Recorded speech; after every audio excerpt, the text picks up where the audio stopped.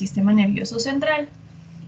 Puede ser por algunos mecanismos, ya sea por la infección del epitelio del plexo corrideo, la infección del tejido linfoide, la inducción de la inflamación y la ruptura de la barrera hematoencefálica, y también puede ser por la infección de las vías neuronales sensoriales periféricas, como pueden observar en esta parte de aquí.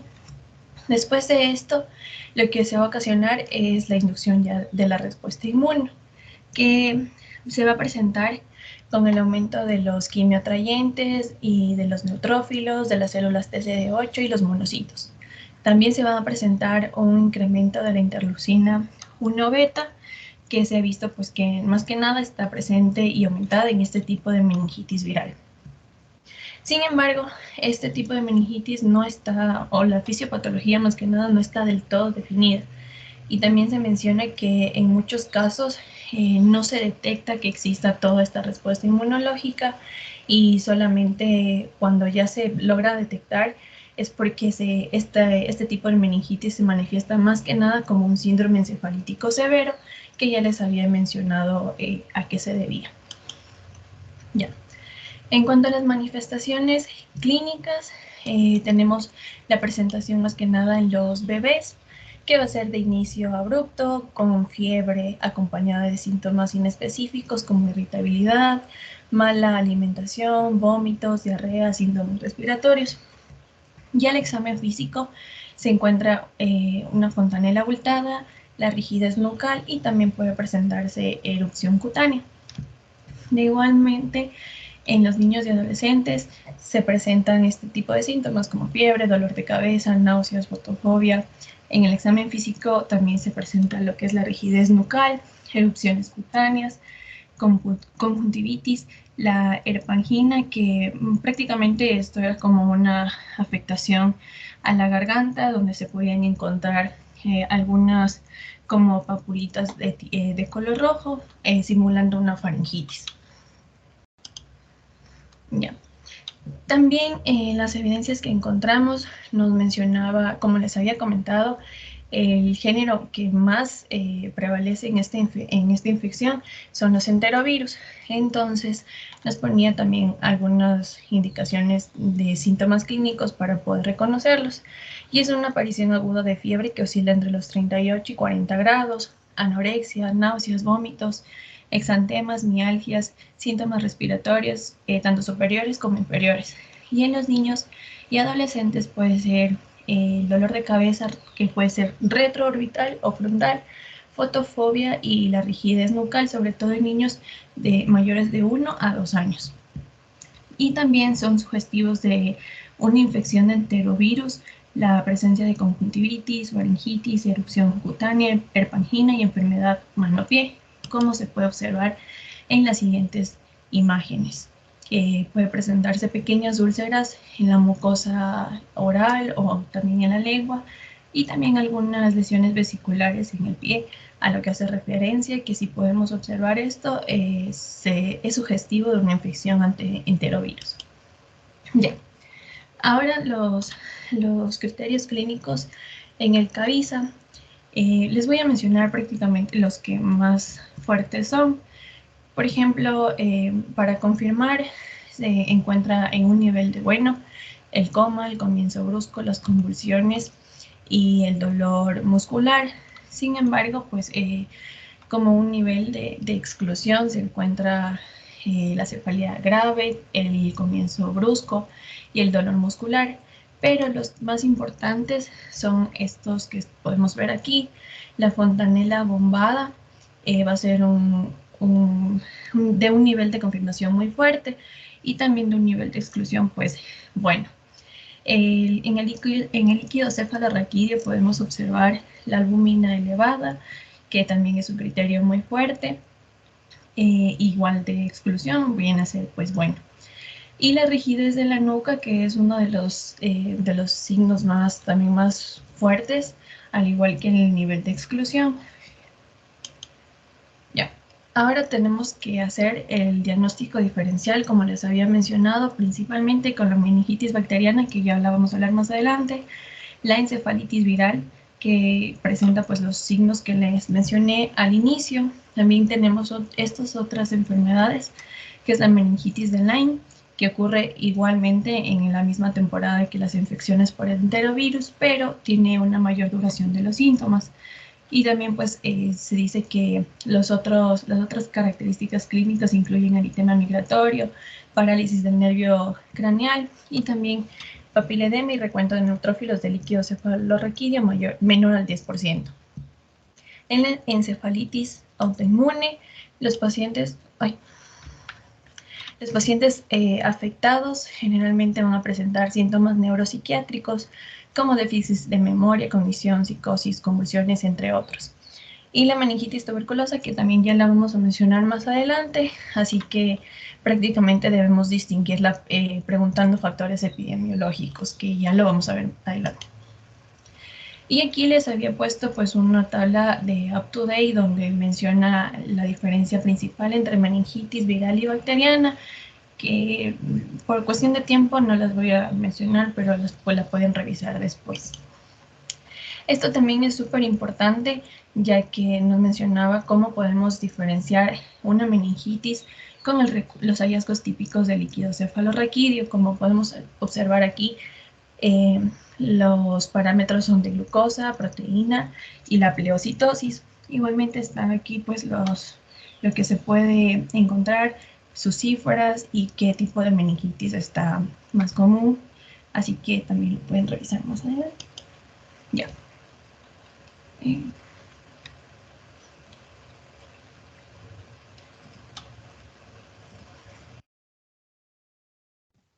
Listo.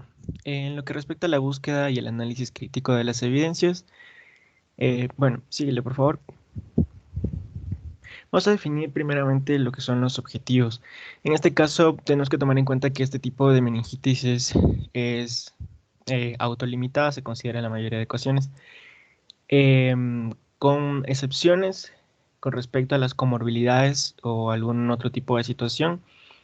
Y en este caso el objetivo va a ser un manejo adecuado de la sintomatología durante el proceso autolimitado, la vigilancia médica domiciliaria adecuada y la hospitalización a pacientes que están inmunocomprometidos.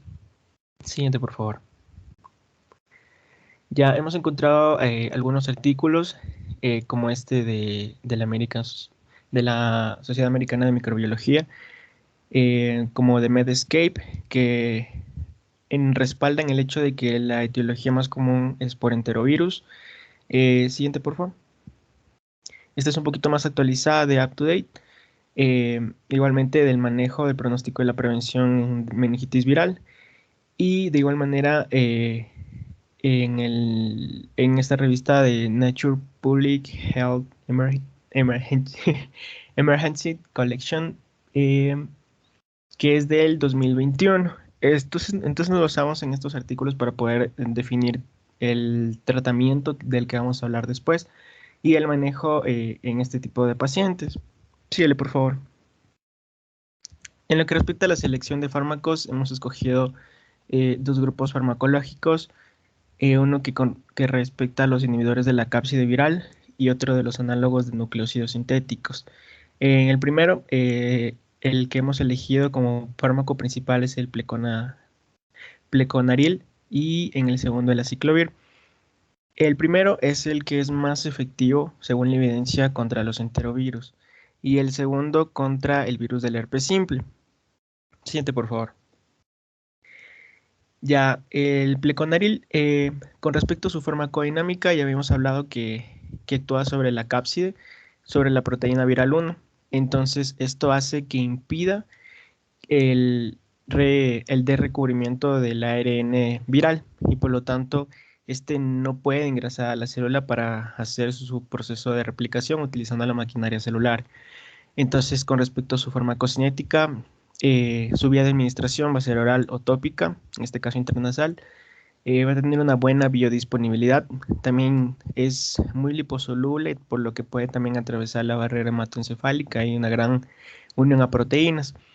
Como habíamos comentado, la principal eficacia de esto es contra los picornavirus, enterovirus y los rinovirus. Con respecto a su seguridad, es un fármaco que es muy seguro, no se han descrito contraindicaciones. Y bueno, la interacción es con el complejo del CYP3A, que esto hay que tomarlo en cuenta con otros fármacos que tengan interacción con este mecanismo enzimático, debido a que puede provocar tanto una disminución en las dosis de otros fármacos como un aumento en las dosis de los otros fármacos por las diferencias de metabolismo. Algo importante destacar de esto es que este pleconaril no se encuentra en el cuadro básico de medicamentos y le vamos a hacer un poquito más énfasis al siguiente fármaco, que es el aciclovir.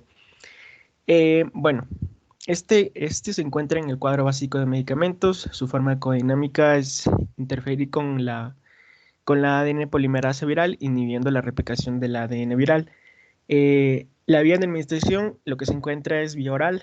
Las inhibidas de 2.9 horas. La absorción intestinal tiene un paso por la barrera hematoencefálica, digamos, del 50%, por lo cual se encuentra puede llegar al líquido cefalorraquídeo en un 50%, una biodisponibilidad del 70% y una baja unión a proteínas. Lo importante y a destacar aquí es que también tiene acción sobre los enterovirus y sobre el herpes virus, que en muchas situaciones con este tipo de herpes se presenta en cara, es más probable que pueda provocar meningitis, y también lo mismo pasa con la varicela. Así que es algo a tomar en cuenta y es el fármaco de elección en estas situaciones. En la seguridad no presenta riesgos y tiene otros efectos adversos. Los frecuentes son la cefalea, mareo, náuseas, vómito, dolor abdominal y muy raras como la anemia, convulsiones y hepatitis. En las contraindicaciones, pues la hipersensibilidad al principio activo, que es el aciclovir, o el similar a este, que es el valaciclovir, y las interacciones, pues no se han identificado algunas que sean clínicamente significativas. Síguele, por favor. Bueno, en las condiciones de uso, el pleconaril, en este caso, de preferencia para cuando son un tipo de meningitis causadas por enterovirus. Disminuye en 2 días la duración de los síntomas y se administra en las primeras 24 horas del inicio del cuadro. Solo está indicado en adultos a dosis de 400 miligramos cada 8 durante 5 a 7 días. Está autorizada como terapia intranasal para el resfriado común. Siguiente, por favor. Y el aciclovir,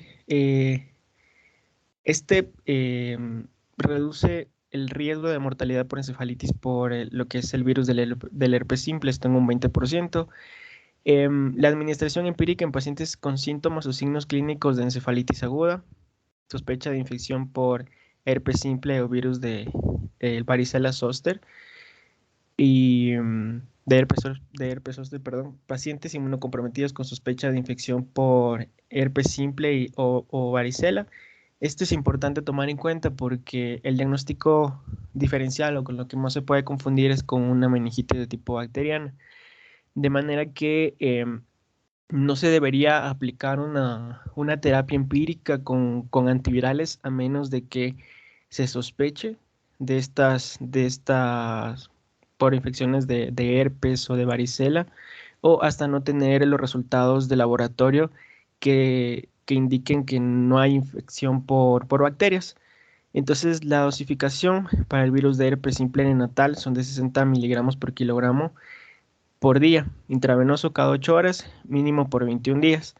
Y las infecciones del sistema nervioso central en niños de 3 meses a 11 años es de 30 a 45 miligramos por kilogramo de peso por día, intravenoso cada 8 horas, mínimo esto por 14 a 21 días. Y de igual manera las infecciones de sistema nervioso central, y en estos niños que tienen más de 12 años de edad, esto a una dosis de 30 miligramos por kilogramo por día, de igual manera intravenoso cada 8 horas por un mínimo de 14 a 21 días. Siguiente. Ya, entonces aquí en el manejo lo que va a destacar es la terapia de apoyo perdón, porque habíamos comentado de que esta es autolimitada, de manera que lo que prima aquí es tratar más que nada la sintomatología, lo que es el reposo, la hidratación, analgésicos, antipiréticos, antieméticos. En este caso, iniciar la terapia antimicrobiana empírica. Esto es mientras se esperan los resultados del líquido cefalorraquídeo para destacar la meningitis bacteriana. Entonces, en este caso, el tratamiento empírico sería con vancomicina, 60 miligramos kilogramo por día intravenoso, la dosis máxima de 4 gramos al día, esto cada 6 horas. Y en este caso se puede agregar una cefalosporina tercera, que puede ser ceftriaxona o cefotaxima. La ceftriaxona de 100 miligramos por kilogramo de día intravenoso, igual a dosis máxima de 4 al día, de 4 gramos al día en dos dosis divididas. O como les había comentado, puede ser también la cefotaxina, que es la cefotaxima, que es la otra opción. Esto a dosis de 300 miligramos por kilogramo día intravenoso, una dosis máxima al día de 200 gramos, en 3 a 4 dosis divididas. Entonces, en otras situaciones como presentar hidrocefalia, se puede realizar la descompresión en la cavidad craneana con lo que es la derivación ventrículo peritoneal o lumbar peritoneal. Siguiente, por favor.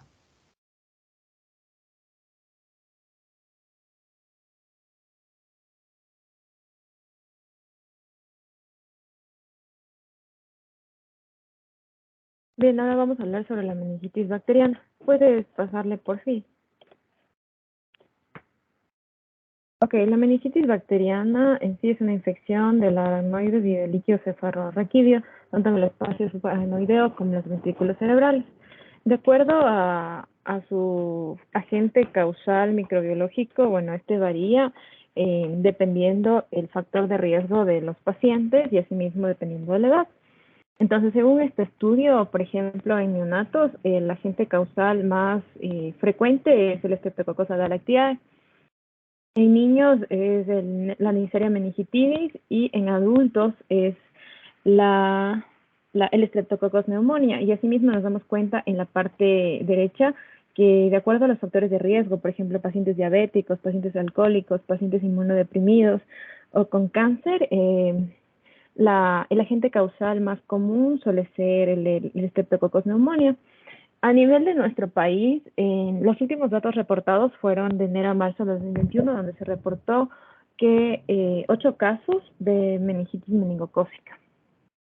Bien, en su relación a la fisiopatología, esta consiste en 4 pasos, donde se inicia por la colonización, ya sea de las mucosas, ya sea del tracto respiratorio, gastrointestinal o genital. Asimismo, la imagen de abajo nos muestra los 4 pasos que están arriba, resumidos, donde la colonización está dado por la adherencia de las bacterias y esto es facilitado por las fímbrias, flagelos o pelos que tengan las bacterias y asimismo por la evasión de la inmunoglobulina A que se encuentra en las mucosas, que es evadida por las proteasas de estas bacterias.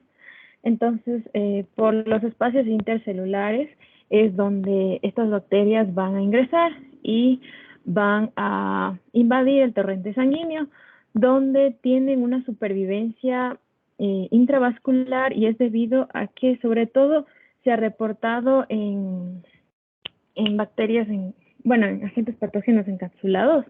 Por ejemplo,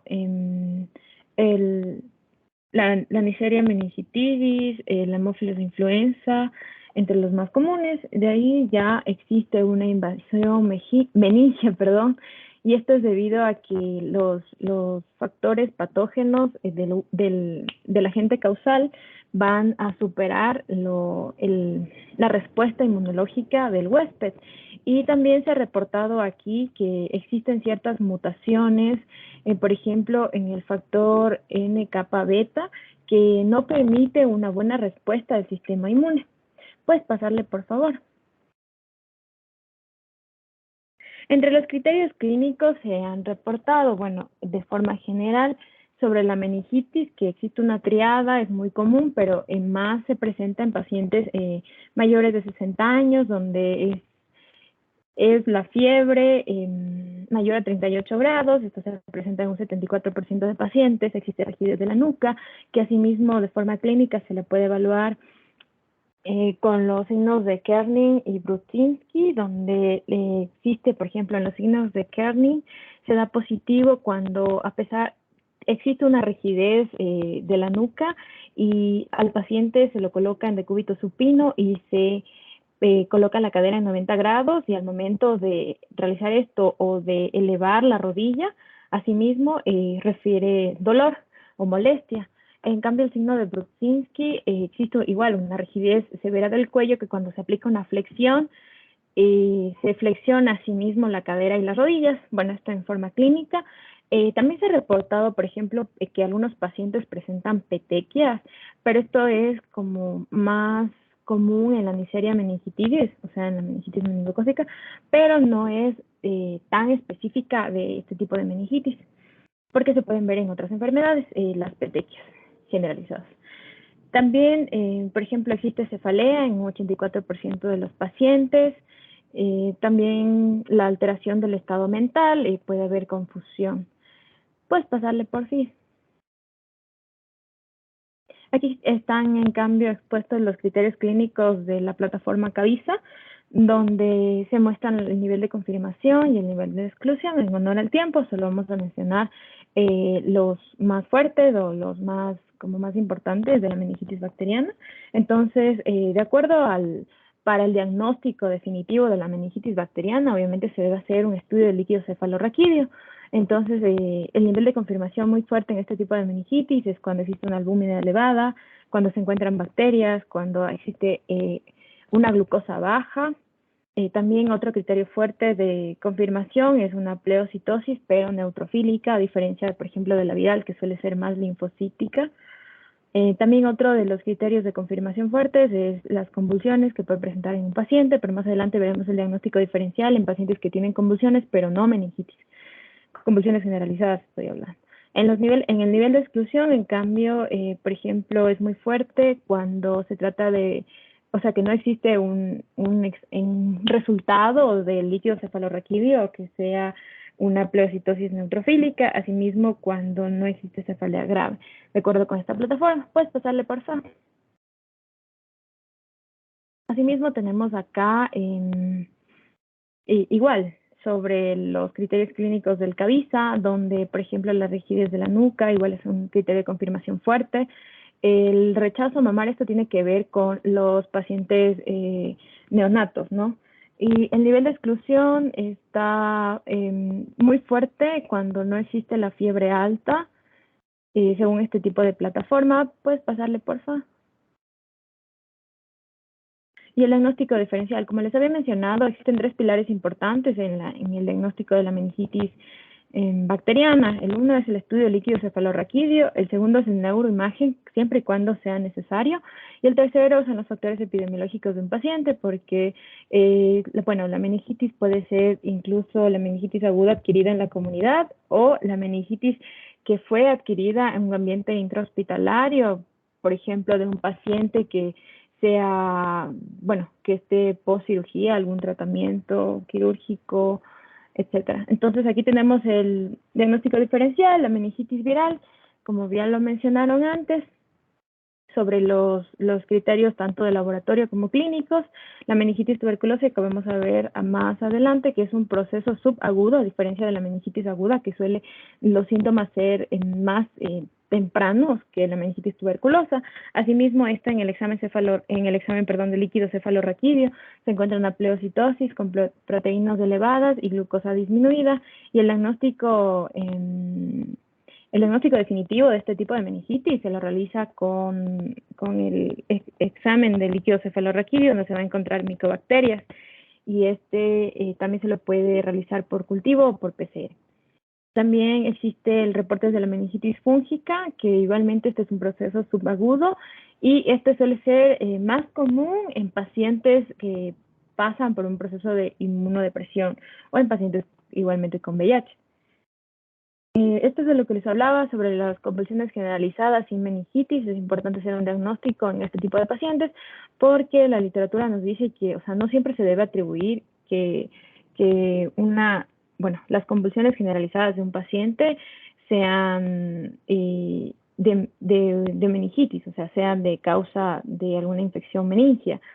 pero esto, bueno, se puede corroborar al final si es que el líquido cefalorraquídeo es transparente e incoloro y al momento de realizar la presión de apertura entre las vértebras lumbares no exista aumento de presión y que la glucosa en el líquido cefalorraquídeo asimismo sea normal, sea negativo la tinción gran del líquido cefalorraquídeo y que el paciente no presente signos clínicos de meningitis bacteriana. Esto es como les mencionaba anteriormente, puede ser la triada, la típica triada clásica, puede ser cefalea, pueden ser los signos de irritación meningia, el de Brudzinski o el de Kernig.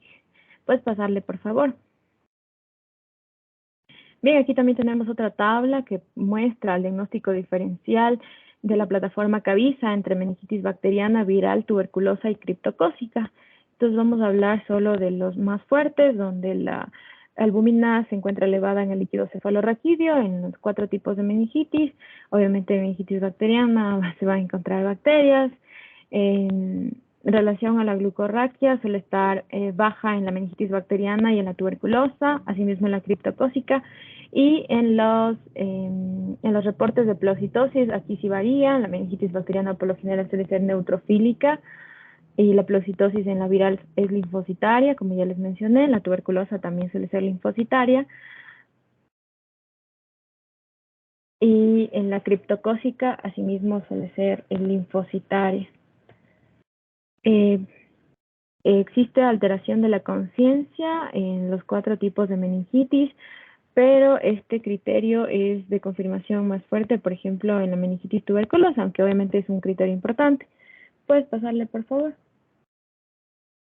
Este es otro de los cuadros, igualmente hecho a base de la plataforma del CABISA, donde, por ejemplo, en la meningitis bacteriana el dolor suele ser de referencia lumbar, en la meningitis viral suele ser en cambio un dolor más muscular. También se presenta, por ejemplo, aquí en la meningitis bacteriana la fontanela bombada, en la meningitis viral es un criterio de confirmación más fuerte. Lo que les decía sobre la meningitis tuberculosa y la meningitis criptocócica, esto es más común en pacientes con VIH. Entonces, un paciente que curse con esto se debe tomar en cuenta si es un paciente inmunodeprimido. ¿Puedes pasarle, por favor? Pásale. Entre los objetivos terapéuticos, bueno, es evitar la mortalidad porque una meningitis no tratada tiene un porcentaje de mortalidad muy alta. No se ve. ¿Qué pasó? ¿O soy solo yo? También eliminar el agente causal, esto de acuerdo al estudio que se realice del líquido cefalorraquídeo, tomando en cuenta igual los antecedentes epidemiológicos del paciente.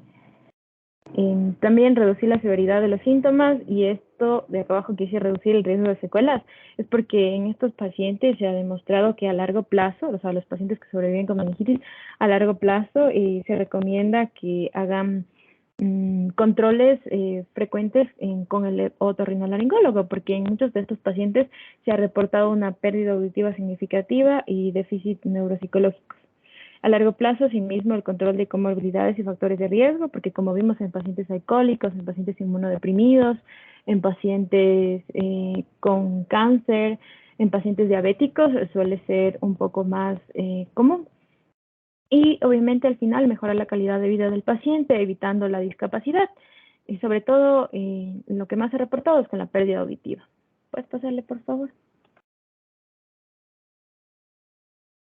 Muy bien, con respecto a la evidencia científica, hemos encontrado 3 de los principales artículos, dentro de los cuales todos convergen en 4 puntos principales acerca del enfoque de la terapia. Y aquí es donde nos vamos a basar para seguir nuestro tratamiento. Es en uno de los principales, siendo una guía acerca del tratamiento diagnóstico adecuado de la meningitis bacteriana aguda, y este fue uno de los más actualizados que encontramos, que fue en el 2016. Sigamos, por favor. Bueno, el siguiente también es cerca del 2015, y este nos presenta una actualización y opciones de nuevos tipos de tratamiento para la meningitis bacteriana. Y finalmente, la siguiente diapositiva, por favor. Una de nuestras bibliografías principales es de Autodate, del tratamiento de la meningitis bacteriana causado por patógenos específicos en adultos. La última revisión de esto fue hasta el 2022, febrero del 2022. Y como ya mencioné, estos convergen en 4 puntos principales de nuestro enfoque de la terapia que será mencionado posteriormente. Sigamos, por favor. Con respecto a la selección de grupos farmacológicos y medicamento PEP, tenemos aquí algo que fue mencionado de toda nuestra evidencia científica, ya que toda esta converge en estos 4 puntos principales. Dentro de esto, podemos destacar que es de vital importancia que hagamos una punción lumbar y posteriormente a esta demos una terapia antibiótica dirigida específicamente al patógeno. Sin embargo, nuestro enfoque de la terapia previo a la punción lumbar debemos de realizar un ataque de cabeza que nos pueda determinar si es asequible o no realizar una punción lumbar en estos pacientes.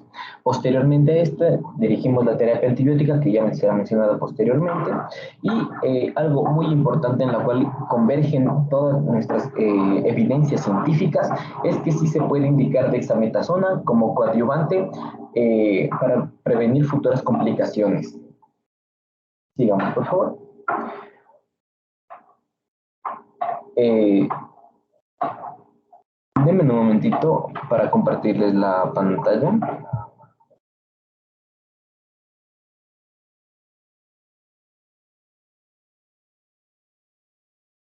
O pueden compartir de nuevo, por favor. Perfecto, en los grupos farmacológicos.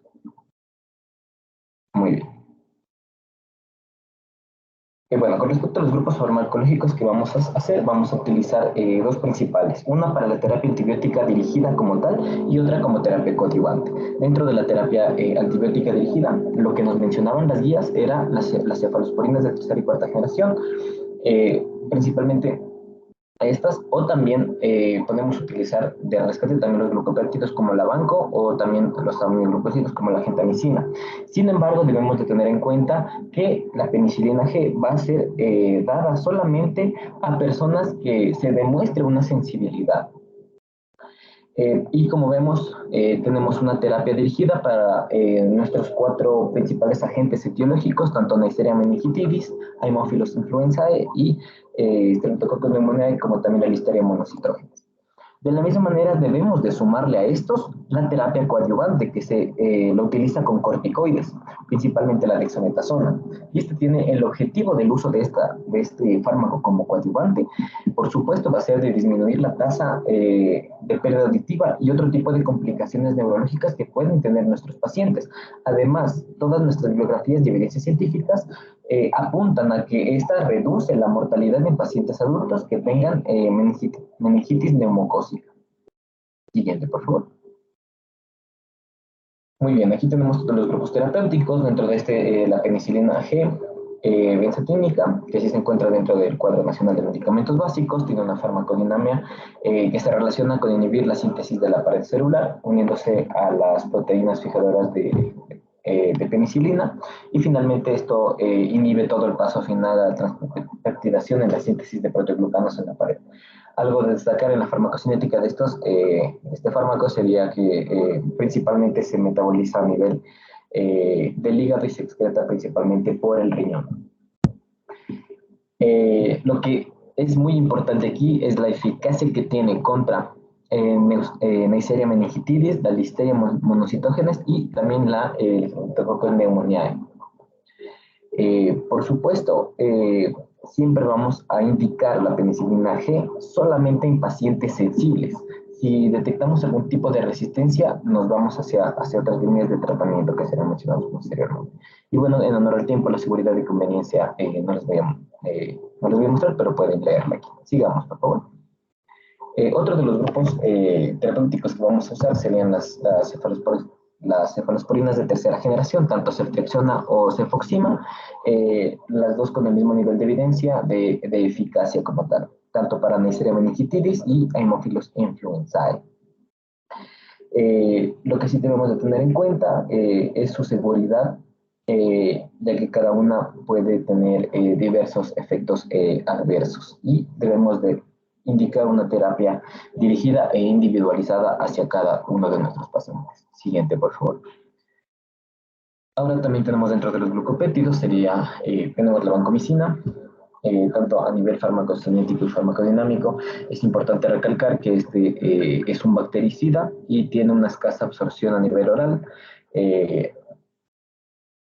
Con respecto, también tiene que ver la inflamación, tiene que ver con relación a la penetración de las meninges y la eliminación renal que tiene este. Pero es uno de los cuales tenemos que usar si nuestro agente causal es Streptococcus pneumoniae. Lo que también debemos tener en cuenta es la seguridad y los efectos adversos principales que podemos tener en este. También se encuentra dentro del Cuadro Nacional de Medicamentos Básicos. Sigamos, por favor.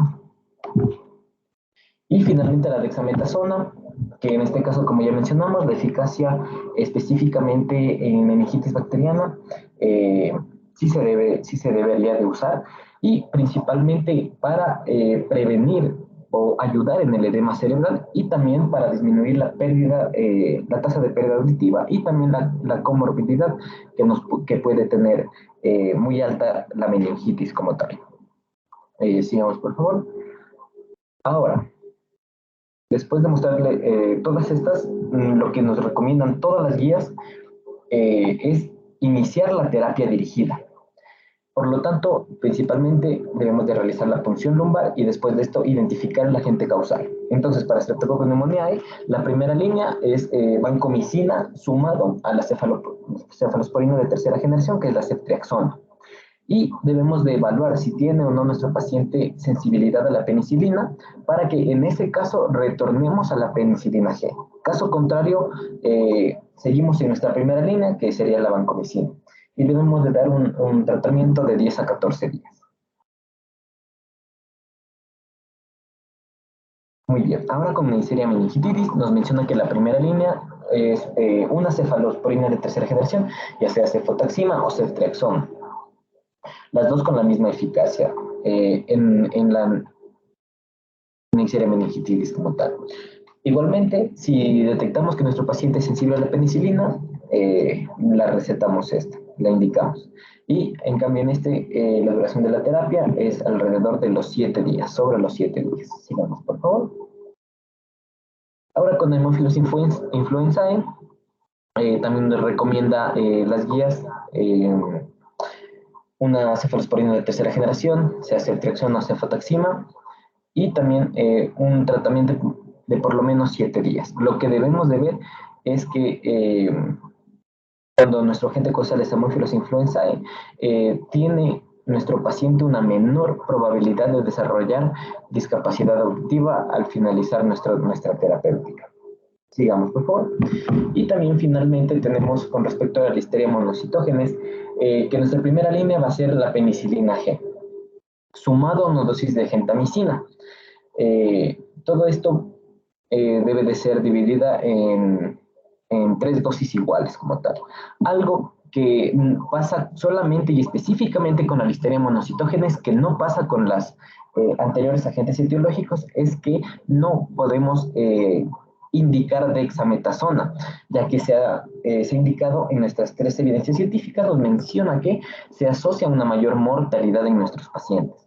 Ahora, si un paciente que sea alérgico a la penicilina o también una alergia cruzada con la cefalosporina y no puede ser insensibilizado a la ampicilina, nuestra terapia alternativa y de rescate es el trimmetoprim sulfamethoxazol.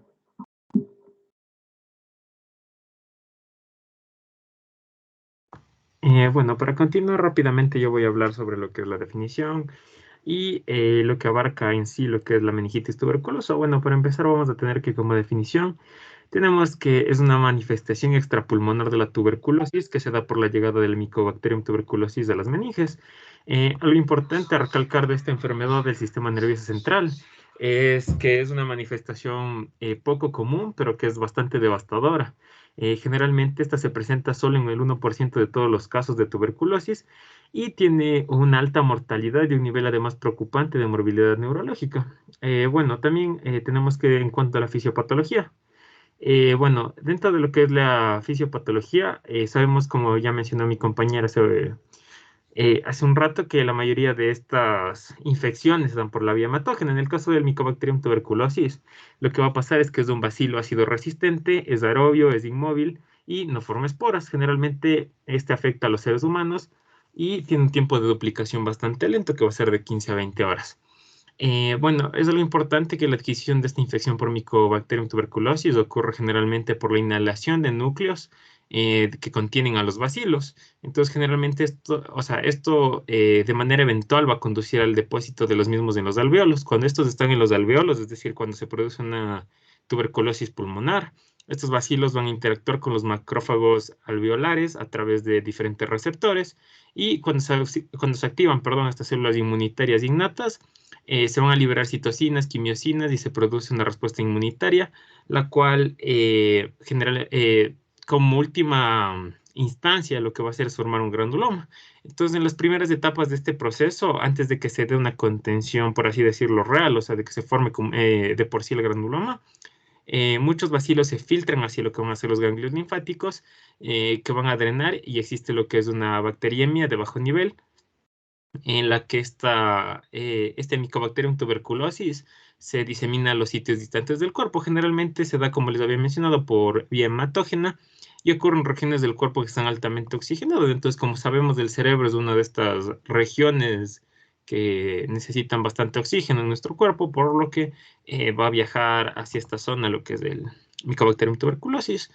Y ya, bueno, en cuanto a la epidemiología, vamos a tener que se desarrolla más comúnmente como una complicación de una infección primaria progresiva, generalmente en bebés, niños pequeños, aunque se puede dar en adultos, siempre y cuando haya la reactivación crónica de esta misma bacilemia. Por ejemplo, en adultos se da principalmente por la inmunodeficiencia, y que puede estar causada ya sea por envejecimiento, alcoholismo, desnutrición, por procesos malignos, deformaciones, o incluso por infecciones por VIH, que es una de las formas más comunes en las que se dan estas enfermedades de la reactivación de las mismas. Un dato importante es que en Estados Unidos, hasta el 2018, esta meningitis tuberculosa representó alrededor del 1% de los casos de tuberculosis y el 4% de la enfermedad era de tipo extrapulmonar. Se mencionaba que era importante, ya que en un país como Estados Unidos, el 1% es un porcentaje bastante alto de meningitis tuberculosa. Ya, síguele, por favor. Bueno, en cuanto a los criterios clínicos, es importante mencionar que la meningitis tuberculosa tiene 3 fases. Tiene una fase prodrómica temprana, una fase meningítica y una fase paralítica. Dentro de la fase prodrómica temprana, lo que vamos a encontrar es malestar general, cansancio, dolor de cabeza, febrícula, cambios de personalidad en algunos pacientes. En la fase meningítica, que es una fase en la cual está progresando un poco más la enfermedad, esta va a seguir con características neurológicas ya un poco más pronunciadas. Entonces aquí tenemos el meningismo, las cefaleas prolongadas, vómitos, letargo, la confusión y diversos grados de signos de los nervios craneales y también de las vías largas. Por última instancia, cuando progresa de mayor manera en la fase paralítica, vamos a tener, cuando el ritmo de la enfermedad se va a acelerar ya de manera bastante rápida, nos vamos a encontrar con una confusión que da paso al estupor y al coma en varios pacientes, a lo que van a ser las convulsiones y a las hemiparesias. Muchas veces, cuando los pacientes no son tratados, la muerte se puede dar entre 5 a 8 semanas desde el inicio de la enfermedad, perdón. Por lo que es importante aquí considerar que es una enfermedad la cual, si no se trata, va a progresar rápidamente hasta la muerte. Y esto es lo que pasaba en épocas anteriores a que existe el tratamiento para para la tuberculosis como tal. Lo que pasaba era que se aceleraba rápidamente la infección y los pacientes morían. Bueno, cámbiale, por favor. Ya, bueno, dentro de los criterios clínicos de Cavisa vamos a encontrar que las principales características, las cuales nos ayudan a lo que va a ser la confirmación, va a ser la alteración de la conciencia como fuerte, ya que, como les había mencionado, casi en las 3 etapas de la meningitis tuberculosa se presenta esta alteración de la conciencia. Sin embargo, vamos a tener que en la segunda etapa era un poco más fuerte. La alteración del comportamiento, la cefalea grave y el coma eran buenos, sin embargo, no llegan a ser fuertes o muy fuertes porque se pueden dar en otras patologías o en otros tipos de meningitis. Asimismo, se puede dar en enfermedades incluso priónicas, algunos de estas alteraciones. Bueno, la febrícula y la fiebre alta, al no ser muy específicas, eran débiles en cuanto a su nivel de confirmación. Y las fontanelas abombadas eran buenos, sin embargo, como ya mencionaron mis compañeros hace rato, también era un criterio clínico importante en otro tipo de meningitis. En cuanto al nivel de oclusión, la cefalea grave es la más fuerte, principalmente se la considera muy fuerte como nivel de exclusión porque no nos da un indicio claro de que puede ser una meningitis tuberculosa. De hecho, se habla de que la meningitis tuberculosa es una de las enfermedades difíciles aún de diagnosticar así de primerazo, por así decirlo. Cámbiale, por favor. Bueno, aquí dentro de otros parámetros, para ir un poco rápido, vamos a tener que en el líquido cefalorraquídeo es bastante importante, ya que el líquido cefalorraquídeo es una de las formas de diagnóstico que más nos va a servir. Entonces aquí encontramos la albúmina elevada, la glucorraquia, perdón, baja, la pleocitosis linfocitaria. Son criterios clínicos con un nivel de confirmación muy fuertes, los cuales nos pueden ayudar a llegar a un diagnóstico en este caso, además obviamente de la sintomatología que presenta el paciente. Bueno, dentro de los fuertes vamos a encontrar igual al CIEL positivo, al retraso del crecimiento principalmente en niños y a la rigidez de la nuca, que es algo bastante característico en cuanto a las meningitis. Cámbiale, por favor. Bueno, por último vamos a tener que las infiltraciones en tórax aquí no van a ser tan útiles como lo sería en el caso, por ejemplo, de un tuberculosis pulmonar. Aquí no se consideran importantes en cuanto a un nivel de confirmación. Sin embargo, el VIH positivo se considera principalmente porque, como les mencioné, en pacientes adultos, la mayoría que presenta meningitis puede ser por una reactivación de una infección previa de tuberculosis, la cual está actualmente produciendo lo que va a ser esta tuberculosis, esta meningitis tuberculosa, perdón. Cámbiale, por favor. Bueno, dentro del diagnóstico diferencial vamos a tener la meningitis fúngica, la neurobrucelosis, la meningitis bacteriana y la meningitis viral. ¿Qué es importante de estas? Bueno, que la meningitis fúngica generalmente se presenta de manera subaguda, de igual manera que la tuberculosis, pero aquí nos encontramos con varias neuropatías craneales, generalmente líquido cefalorraquídeo. Vamos a tener que hay un recuento bajo de glóbulos blancos, hay predominio mononuclear y una concentración de proteínas ligeramente elevada, además de la glucosa baja. Esto es importante. En la neurobrucelosis también tenemos aquí meningitis, encefalitis cerebral, mielitis, radiculitis, las cuales no están presentes en la meningitis tuberculosa.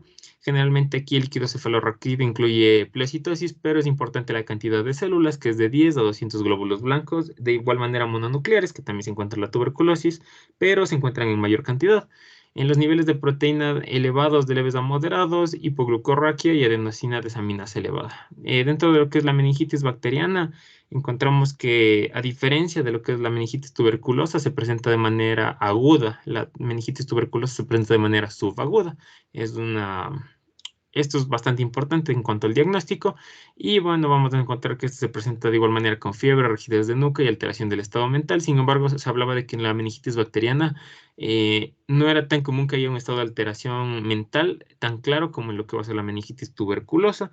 Y aquí vamos a encontrar que hay un recuento de leucocitos de 1000 a 5000, pero era importante que aquí van a ser neutrófilos, no de predominio mononuclear. El predominio mononuclear es lo que está más presente en lo que va a ser la tuberculosis. Y en cuanto a la meningitis viral, pues bueno, esta también se presenta de forma aguda, como les mencioné, es diferente, ya que la otra se presenta de forma subaguda. Aquí hay proteínas elevadas, glucosa normal, que es diferente a todas, ya que la meningitis viral es la única de estas patologías que se encuentra la glucosa normal.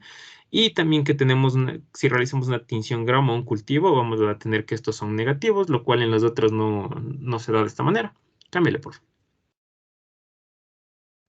Y bueno, esto es una tabla resumiendo lo que ya les mencioné. Aquí vamos a tener la salida de presión del líquido cefalorraquídeo, los neutrófilos, las proteínas, la glucosa, la coloración Gram. Como les mencioné, la meningitis aséptica o viral va a ser negativo. Entonces, esto es una tabla resumiendo lo que les acabo de decir.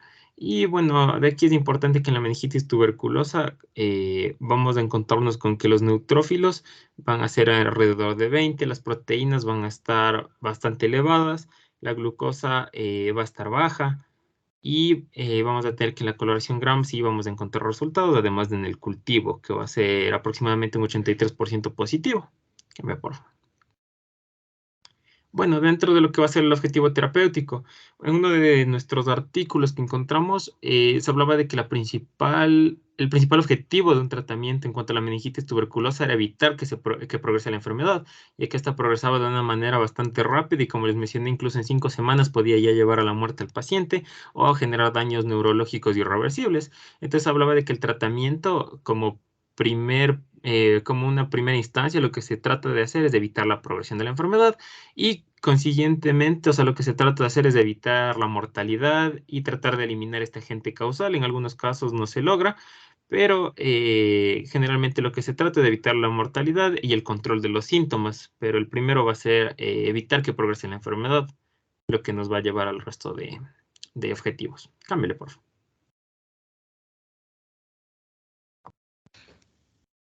Listo, en cuanto a la evidencia científica, en este caso tenemos 3 tipos de evidencias científicas. Es importante mencionar que en este caso no existe una guía o unas guías de manejo estandarizados para la meningitis tuberculosa, por lo que la mayoría de las guías se basan en guías nacionales del tratamiento de la tuberculosis pulmonar y estas se van modificando. Entonces aquí tenemos el tratamiento de meningitis tuberculosa en adultos, y este es una revisión sistemática y metaanálisis que fue aproximadamente de más de 200 de estos estudios científicos basados en los diferentes tratamientos que se dan a nivel mundial. Pásale, por favor. Ya, esta evidencia científica es de UpToDate, que es la tuberculosis del sistema nervioso central, que es una segunda parte de este, como por así decirlo, una revisión. Y es el principal, por así decirlo, evidencia para lo que es el tratamiento. Pásale, por favor. Ya. Ya, disculpen que les interrumpa. Para dar tiempo, digo, al grupo número 4, ¿no? El tiempo se nos viene encima. Estoy como para finalizar el año. Suena la campana y vamos a dar las 4 y terminada esta cosa.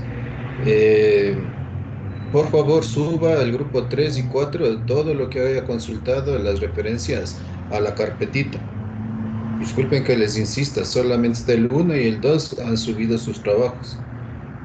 Cuando ustedes muestren lo que consultaron, sería bueno en sus próximas presentaciones en cualquier materia, cuando dicen esta es la evidencia que consulté, pues muestren la información relevante, la lectura crítica que se llama de la evidencia científica. No es suficiente colocar el título. O sea, yo puedo colocarles títulos del día de ayer, pero no significa eso que haya leído. Significa que yo hago una lectura crítica que ustedes deben haber recibido en el semestre pasado, me imagino, esto de medicina basada en evidencias, cómo leer críticamente la literatura. Y me disculpan, el UpToDate es uno de los sistemas que demuestra algo de síntesis de la información, pero no es la mejor, o sea, no es la única, ni la que tenemos que seguir a ciegas. Esto dice el UpToDate y esto hay que hacer, no. Hay sociedades científicas, hay guías de práctica clínica que se adaptan a nuestros medios. O sea, no es que el UpToDate dice tal cosa y qué pasará aquí, pues con la resistencia, etcétera. Por favor, hasta terminar la clase, espero que los 2 grupos que estoy llamando la atención suban a la carpeta para yo mirar ahí rapidísimo y llegar a un acuerdo con ustedes, que lo que ustedes han trabajado y han expuesto también sirva también como sustento de pronto de la evaluación, ¿de acuerdo? Y por favor abran las cámaras un poquito para que pues sea un poquito personal. O sea, hay algo de visión, o sea, de lo que ustedes están diciendo también. Adelante, el último grupo.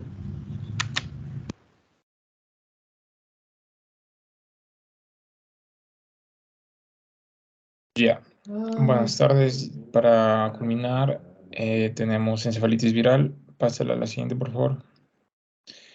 Definir el problema. Pásala a la siguiente. Hay que definir de qué se trata la encefalitis a comparación de la meningitis. Como lo dice, es una inflamación, encefalitis, inflamación del parénquima cerebral, es ocasionado directamente por el virus, es decir, el virus va a llegar ya sea por vía hematógena o por vía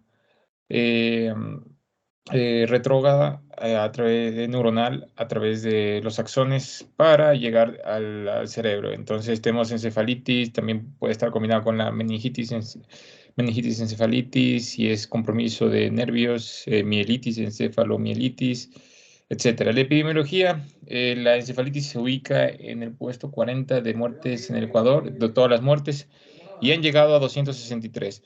La mortalidad, como pueden ver, es 1.72 por 100.000 de la población y llega en el número 33 alrededor del mundo. Pásale a la siguiente.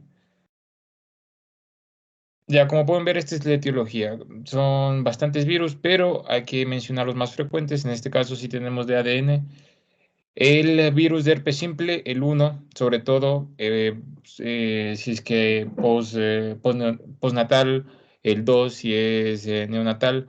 Varicela zoster, Epstein-Barr, estos son los más frecuentes, ¿verdad?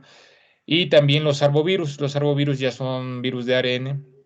En los arbovirus los clasificaremos como flavivirus y el alfavirus. El flavivirus, recordemos que se encuentra el Zika. Lo hemos visto, por ejemplo, en la provincia del Oro, el primer caso de microcefalia, también del síndrome de Guillain-Barré. Entonces, los virus tienen este tropismo por el sistema nervioso central, incluso el sistema nervioso periférico, entre otros, por mencionar el enterovirus, el virus de influenza y otros arbovirus que no son frecuentes, como pueden ver en la siguiente tabla de al lado, ¿verdad? Depende en Estados Unidos, tenemos dentro de los alfavirus el equina del oeste, del este. Bueno, los más importantes, por ejemplo, si pueden ver el San Luis en Estados Unidos, igual por el mosquito Culex. También tenemos japonés, la japonesa, el West Nile, el río Nilo, etcétera. Pero esto es una encefalitis a nivel epidémico, ¿verdad? Hay que distinguir ya. En las siguientes diapositivas mostraré un algoritmo. Pásale a la siguiente. La fisiopatología, como les indicaba, meninges, si es meningitis de las tres capas, pía, aracnoides, dura madre, pero una combinación de ambas, meningoencefalitis y encefalitis directamente al cerebro, es decir, puede ubicarse en cualquiera de los dos hemisferios, focalmente. Por ello, para distinguirla de la meningitis, aquí vamos a tener alteraciones mentales, o sea, alteraciones de las funciones mentales superiores. En cambio, en la meningitis no, la meningitis, como pueden ver, como ya escuchamos, rigidez de la nuca. ¿Qué más? Aquí están las vías hematógena. Como pueden observar, para que sea hematógena, el virus tiene que atravesar la barrera hematoencefálica, ya sea infiltrándose, destruyendo, o sea, intracelular, intercelular, destruyendo las uniones estrechas, o a través de las células inflamatorias, como pueden observar, es decir, se esconden dentro de los, digamos, de los macrófagos de las células para ingresar a la barrera hematoencefálica, o vía retrógrada, que es el axonal, ¿verdad? A través de la sinapsis, es decir, puede ser en el herpes simples, a través de la piel, anterogradamente llega, como pueden observar, este es el caso del herpes, al ganglio sensorial. Y en el caso de herpes puede ser primoinfección o recurrencia, ¿verdad? Si es primoinfección es anterógrada y si es recurrencia ya del ganglio va a brotar hacia la piel anterógradamente. Pero cuando es encefalitis es que llega al sistema nervioso central. Bueno, este es un mecanismo que utiliza igual el sistema nervioso para mover las moléculas axonalmente. Bueno, la fisiopatología, esta es los mecanismos, ¿verdad?, por donde van a entrar los distintos virus. Moléculas que se encuentran a nivel de las células, el sarampión CD46, o sea, va así como es el coronavirus, ¿verdad? Por los receptores de angiotensina 2, asimismo, cada virus va a tener su tropismo por cierto receptor, glicoproteína, etcétera. Entonces, virus del herpes simple es el parainsulfato, la superfamilia de receptor, de necrosis. Esto es un poco más técnico. Pásale a la siguiente. Los criterios clínicos de confirmación y exclusión. Entonces, el CABISA nos muestra cuáles son los criterios clínicos. La fiebre, bueno, para confirmar tenemos, ¿verdad? En líquido cefalorraquídeo, proteínas, en este caso la albúmina elevada, que es fuerte, como pueden ver el color. Igual pleiocitosis linfocitaria, como ya vimos, si es leucocitaria ya sería más bacteriano, ¿verdad? Aquí es más de linfocitos, entonces es un criterio bueno.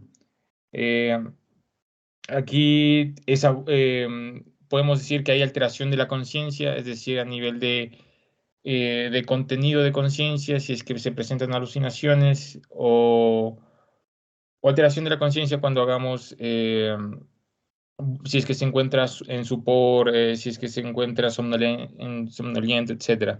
Alteraciones de comportamiento. Bueno, todo esto va a depender de dónde el virus llegue a alojarse en la parte del cerebro, ¿verdad? Si es a nivel frontal, el herpes simple puede llegar a nivel temporal, afectar la memoria, etc. El coma puede llegar a coma incluso. Las convulsiones también es un criterio clínico bastante bueno. También para exclusión podemos decir que podemos encontrar este criterio de agudo. Algunas veces se puede presentar de manera abrupta, otras veces no. Eso es en general. Pásale a la siguiente. Igual, esos son los signos y síntomas prodrómicos. El dolor de cabeza, la paciente no lo va a sentir como un dolor típico de cabeza, sino va a ser un dolor atípico. Esto es por la inflamación y por la hinchazón, es decir, el cerebro a no tener dónde escapar porque tenemos prácticamente la parte tecal no puede escaparse, entonces va a haber una presión intracraneal, el cerebro, ahí es donde vamos a tener inflamación y los receptores del dolor se van se van a presentar. Entonces, dolor de cabeza, mialgias de la misma manera, el malestar en general, el paciente se va a sentir mal, esos son los síntomas y signos prodrómicos. Pasar a la siguiente. Ya la fiebre puede ser mayor de 38. En el caso del Zika va a ser menor a 38. ¿Qué más ocurre de manera espontánea? Esto se debe a la inflamación, ¿verdad? A los pirógenos. Esto es cuestión de lo que nuestro sistema inmune va a tratar de combatir el virus. Alteraciones, esto es importante, alteraciones alteraciones de las funciones mentales superiores, es decir, vamos a tener a nivel de la atención, ¿verdad? Hiproprosexia, aproxexia o alteraciones de la conciencia. También el sensorium va a estar alterado, es decir, el paciente va a estar con los grados de alerta van a estar alterados. Pásale a la siguiente. Igual, cognitivamente pueden incluso presentar alucinaciones, agitación psicomotriz, cambios del temperamento, desorientación. Aquí, como pueden ver, este déficit de memoria, sobre todo es en encefalitis por virus del herpes simple 1. Y también las convulsiones y el coma son bastante frecuentes y esto se debe al aumento de la presión intracraneal. Ya, pásale a la siguiente. Igualmente, si es que hay signos focales, es decir, cómo podemos dividir al cerebro, si es que es a nivel frontal, tenemos alteraciones de la personalidad, si es a nivel sensitivo parietal, podemos tener afasias de Broca motora, la afasia sensitiva de Wernicke, si es a nivel temporal, emociones, también en cuestión de la memoria, occipital, las alucinaciones, etc. O sea, esto se debe por donde el virus llega a alojarse. ¿Qué más otros hallazgos? La linfoadenopatía. Esto es ya sea ganglios inflamados, sensibles, esplenomegalia también se ha encontrado, sobre todo en el virus del Epstein-Barr. El parkinsonismo, características del parkinsonismo también se han encontrado, sobre todo en arbovirus, es decir, temblor, rigidez muscular, Esto es sobre todo en el virus del West Nile. Pásale a la siguiente para no demorarnos más. Ya este es el algoritmo. Prácticamente te dice, es decir, si hay alteraciones de las funciones mentales superiores, si es que sí, tenemos que sospechar encefalitis, ya sea una meningoencefalitis, una encefalitis, encefalomielitis aguda, una encefalopatía o lesiones prácticamente en el parénquima cerebral. Pero si no es así, si no hay alteraciones de las funciones mentales, ya podemos decir es meningitis. Ya, entonces estamos ubicados aquí. Si hay alteraciones, sí. Entonces pasamos a la siguiente, donde obtendríamos, por ejemplo, en el líquido cefalorraquídeo, cultivos empíricos antimicrobianos para dar, o sea, indicaríamos la terapia antimicrobiana y pediríamos, o sea, hay que iniciar la terapia antes de pedir los exámenes de imagen, ¿verdad? Que sería prácticamente, la tomografía no se visualiza tan bien como una resonancia magnética donde se puede apreciar mejor las lesiones, sobre todo en T2 FLAIR. Y bueno, si es que hay masa, una lesión de masa, podemos pensar en abscesos o tumores. Si no hay lesión de masa, es decir, a nivel focal, y pues, es a nivel de materia gris. Si es que es compromiso de la materia blanca, ya estamos involucrando, ¿verdad? Nervios. Entonces llamaríamos encefalomielitis aguda. Y como pueden ver, en el otro lado, bueno, si no es, aquí las características del laboratorio, ¿verdad? La pleocitosis linfocitaria, proteínas elevadas como la albúmina, la glucosa va a estar normal o disminuida. En cambio, si es bacteriana, aquí va a ser una igual pleocitosis, pero más es leucocitaria. Las proteínas van a estar normales o incrementadas, la glucosa normal o disminuida. Y aquí sí, importante, si es bacteria, es Gram, tinción Gram. En cambio, en meningitis podría salir o bien positiva o negativa, encefalitis viral, obviamente si es viral va a salir negativa. Bueno, esto es lo siguiente. En el siguiente algoritmo es prácticamente si es que factores de riesgo, si es que está expuesto a lugares epidémicos, si ha viajado, expuesto a mosquitos, si es que ha tenido lesiones, bueno, exantemas recientes, diarrea. Si es diarrea, pensemos en rotavirus, igual hepatitis. Pones contacto con animales, esto es más a nivel epidémico. Pasar a la siguiente. El diagnóstico diferencial. Bueno, ya continuando con el diagnóstico diferencial, como ya mencionó Kevin, aquí nosotros en el CAVISA, de acuerdo a los criterios de muy fuerte y fuerte, nosotros nos arrojó estos diagnósticos diferenciales. Pásale, por favor. Tenemos primero la meningitis viral aguda, que bueno, ya se habló también en la anterior exposición. Esta es una infección de las meninges, provocada principalmente por los enterovirus, y forma parte de las meningitis asépticas que ya se mencionaron. Bueno, aquí en estas imágenes podemos ver en el lado izquierdo todos los criterios de confirmación y de exclusión de la meningitis viral aguda, que podemos ver aquí encerrados en los recuadros, con los que se compara con la encefalitis aguda, y podemos ver que comparten el mismo nivel de confirmación y de exclusión, excepto en la alteración de conciencia y la alteración de comportamiento, que tiene un criterio no muy, se puede decir que es débil, ya, de confirmación, mientras que en la encefalitis sí tiene un nivel bueno.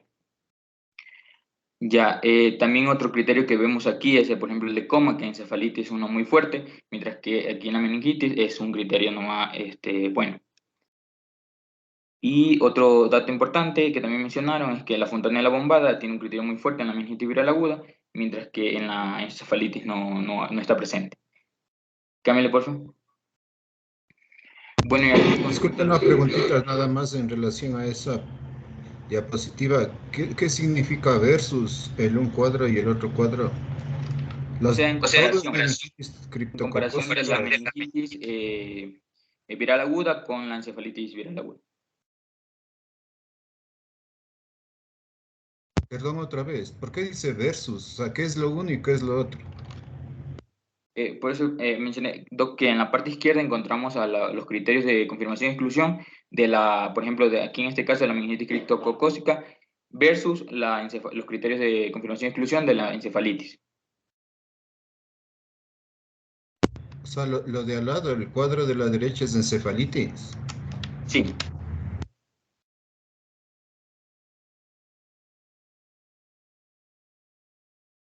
Continúa, Amado. No, disculpe, no entiendo. O sea, el cuadro de la derecha que dice versus es encefalitis y el de Sí, la doctor. izquierda es meningitis. Sí.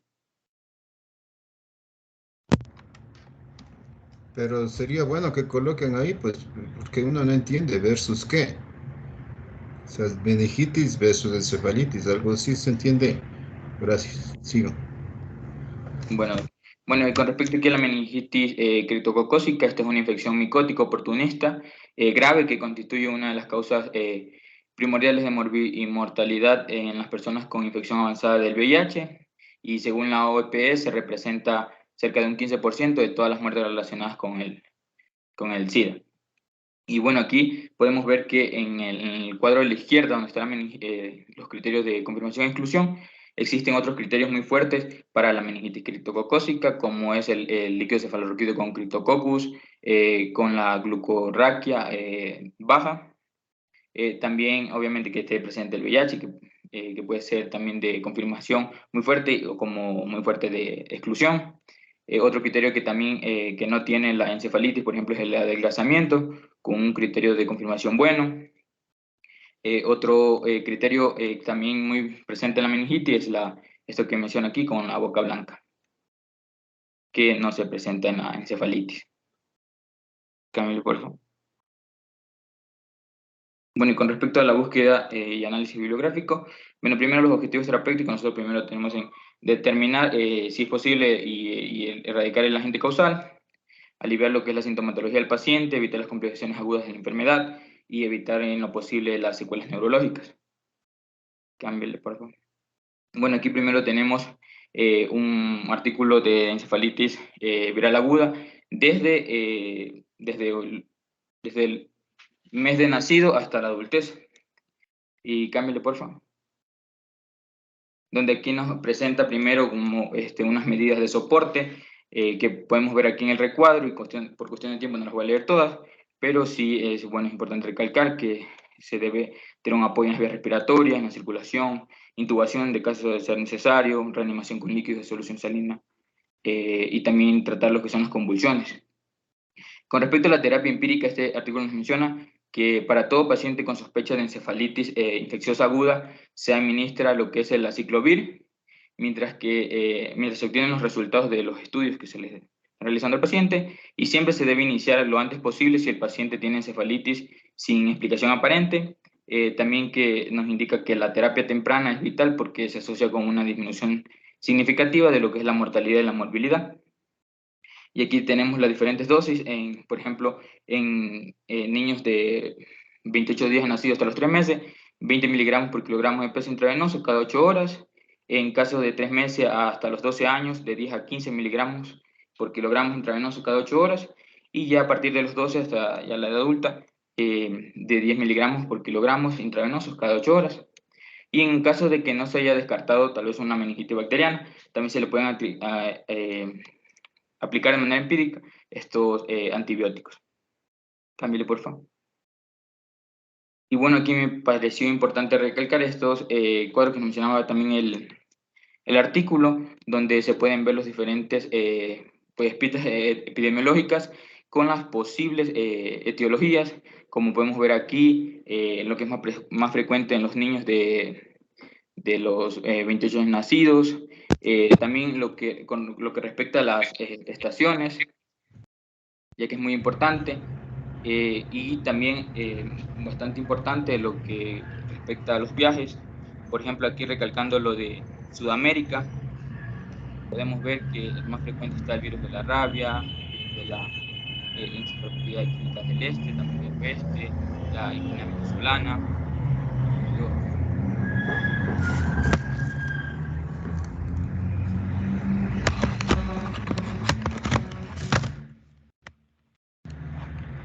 ¿Le puedes seguir, por favor? Ya, bueno, este siguiente artículo que ya habla de un poco más el tratamiento específico para de cada virus. Síguele, por favor. Bueno, y como podemos ver aquí, bueno, los individuos que ya tengan un diagnóstico este de aquí se les debe aplicar, como ya mencioné, la ciclovir, bueno, pero a dosis de 10 miligramos por kilogramo por vía intravenosa cada 8 horas, con un esquema de 14 a 21 días, y se debe considerar repetir una PCR de lo que implica el suicidio. Después de concluir el tratamiento, esto lo menciona porque en caso de que sea positivo, se le debe instaurar este tratamiento de nuevo. Ya, en caso de que sea, por ejemplo, el virus de Epstein-Barr y del varicela zoster, también se le puede implementar este tratamiento de la ciclovir. También tenemos a lo que es la ribavirina intravenosa, como podemos ver ahí, en dosis de 15 a 25 miligramos por kilogramos intravenoso, también en dosis fraccionadas de cada 8 horas. Y esta puede ser útil para el sarampión, también para lo que es el virus del Nipah, pero no se recomienda, según la guía americana, que no se recomienda para el virus del Nilo. Bueno, también en caso de que tengamos, por ejemplo, lo que es el encefalitis por el citomegalovirus, se trata con lo que es el ganciclovir a dosis de 5 miligramos por kilogramo de peso cada 12 horas por vía intravenosa durante 1 hora, seguido de un tratamiento de mantenimiento que es de 5 miligramos por kilogramo, pero al día. También se le debe agregar lo que es el Foscarnet a dosis de 60 miligramos por kilogramo cada 8 horas intravenoso, también durante 1 hora, para luego seguir con un tratamiento de mantenimiento, que va de dosis de 60 a 120 kilogramos por día. Bueno, este artículo también nos menciona que en caso de que no se pueda presentar los otros, se puede dar lo que es el Cidofovir a dosis de 5 miligramos por kilogramos intravenosos, pero este de aquí se da una vez por semana durante 2 semanas y luego se lo hace de manera bisemanal, es decir, 2 veces a la semana o de acuerdo a la respuesta. Síguelo, por favor. Y bueno, y aquí es la guía de práctica clínica de la Sociedad Americana de Enfermedades Infecciosas, que a pesar de que es un poquito viejita, ya que es del 2008, aún sigue teniendo un respaldo bibliográfico, ya que de estos artículos que mencioné UpToDate, también la mencionan esta como referencia y también respaldan algunas evidencias. Y la pongo más que nada porque en esta de aquí se muestran los niveles de evidencia que presentan estos tratamientos. Cámbialo, por favor.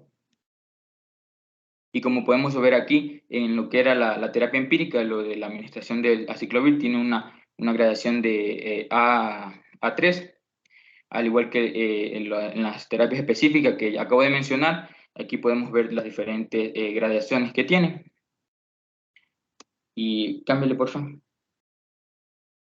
Bueno, y por último, este es otro artículo del New England, un artículo de revisión, también de la encefalitis viral aguda, que también respalda lo que menciona la guía americana y que también agrega información como que los pacientes con encefalitis a menudo requieren lo que es la monitorización intensiva y una atención de apoyo para garantizar lo que es la oxigenación, la protección de las vías respiratorias, el apoyo circulatorio, también lo que es el tratamiento de la pirexia, control de las arritmias y la inestabilidad autonómica.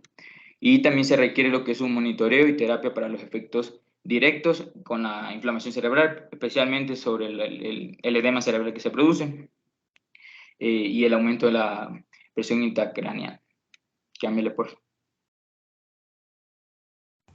Listo. Dentro del tratamiento tenemos algunas cosas que se mencioné con anterioridad. Entonces, la mayoría de las personas que tengan encefalitis viral pues van a requerir unidad de cuidados intensivos. Hay que tomar en cuenta que hay que iniciar de manera profiláctica con la terapia antiviral. Además, tenemos que ver en este caso las funciones vitales del paciente, la parte de la respiración, la presión arterial y también se puede tomar en cuenta la presión intracraneal, también el hecho de restringir en sí los líquidos y evitar también soluciones intravenosas hipotónicas y tratar de suprimir la fiebre. También tomar en cuenta lo que se mencionó de los anticonvulsivantes, que también se toma como terapia profiláctica. Y también tomar en cuenta los riesgos que puede sufrir el paciente durante la hospitalización, que en sí serían úlceras, neumonía por aspiración, úlceras por éstasis y también contracturas. Entonces, Entonces tenemos la selección de grupos farmacológicos y del medicamento en sí. Entonces nosotros buscamos los fármacos que están disponibles en el Ecuador y se toma en cuenta el aciclovir y la ribavirina. Ya se mencionó igualmente que el aciclovir es un buen tratamiento para las infecciones por los virus del herpes simple, también por el virus de la varicela zoster y también por el Epstein-Barr. También se menciona la ribavirina, como decía, una de las opciones, puesto que sí se encuentra en el cuadro de medicamentos básicos, pero en este caso para infecciones por la adenovirus y rotavirus. Ya, entonces aquí nosotros habíamos tomado en cuenta para ver el perfil farmacológico, la evidencia, la seguridad, la conveniencia y el costo de cada uno de los fármacos. En este caso hemos evitado mencionar al ganciclovir y el Force Carnet porque no se encuentra en el cuadro de medicamentos básicos, tampoco en el PLM. Pero en el caso de la aciclovir, pues se menciona que inhibe la cadena, el ADN polimerasa vírica en las células infectadas. La eficacia suele ser muy buena en el tratamiento por las infecciones del virus del herpes simple y en sí la encefalitis herpética. En la parte de la seguridad, pues lo que sí puede producir es extravasación de vasos sanguíneos, es decir, producir flebitis y también en la parte de también producir disfunción renal. En cuanto a la conveniencia, pues sí suele ser bien tolerada y en la parte del costo, pues por ampolla cuesta $24. En la parte de la ribavirina se menciona que inhibe la síntesis del ácido nucleico vírico. En la eficacia, pues es de amplio espectro y se activa con el virus del ARN y de ADN. En cuanto a la seguridad, pues la que más recalca es la producción de las anemias, aunque también pueden tener efectos cardiovasculares y también pulmonares graves. En cuanto a la conveniencia, suele estar contraindicado para embarazadas, puesto que produce esterdogénico, perdón.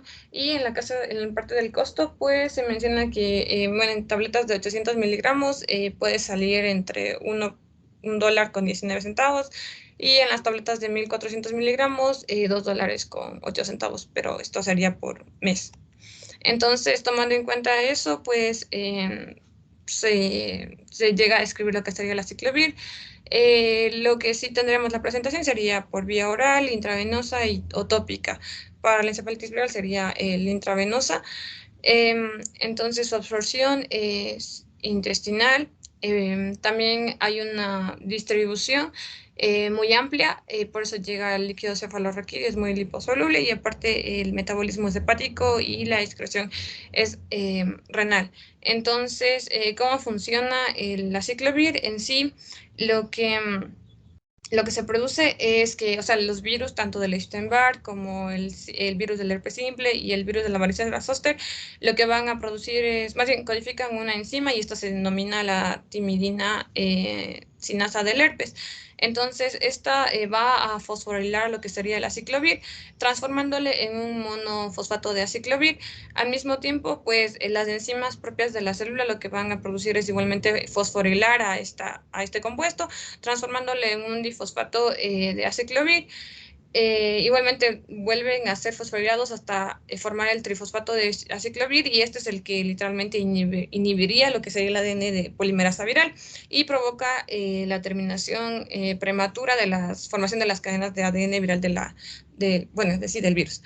En cuanto a la posología, pues se menciona, eso también se comentó, pero para recalcarlos, en adultos es una dosis de 10 miligramos por kilogramo de peso por vía intravenosa cada 8 horas, se puede dar hasta 30 miligramos por día y igualmente es por 14 días y como se comentó anteriormente, se tiene que realizar una prueba de PCR en líquido cefalorraquídeo al terminar este tratamiento y luego si es que el PCR es positivo pues se aumenta los días, por decirlo así, adicionales para el tratamiento, sería más o menos como unos 7 días. Se menciona que también para los recién nacidos sería una dosis de 20 miligramos por kilogramo por vía intravenosa y por 8 horas durante 21 días. Entre los efectos adversos, pues, como decíamos, puede afectar a la función renal y producir flebitis. Por eso es importante poder hacer esta transfusión, poder dar estas dosis, infundirse de manera lenta, así para poder evitar todos estos efectos adversos en sí. Luego tenemos la ribavirina, que, como habíamos comentado, más hace referencia a las infecciones por el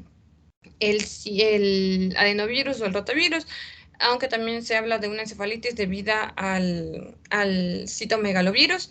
Pero bueno, en sí, entre sus características, tenemos que puede tener una presentación oral, inhalatoria o intravenosa. También, bueno, en sangre se ve una biodisponibilidad del 55%, metabolismo hepático y excreción renal. El mecanismo de acción es similar al anterior. Igualmente inhibe la síntesis del ARN viral, y en el caso de la posología, pues es de manera intravenosa, se da igualmente de 15 a 25 miligramos por kilogramo de peso durante 8 horas por 14 días.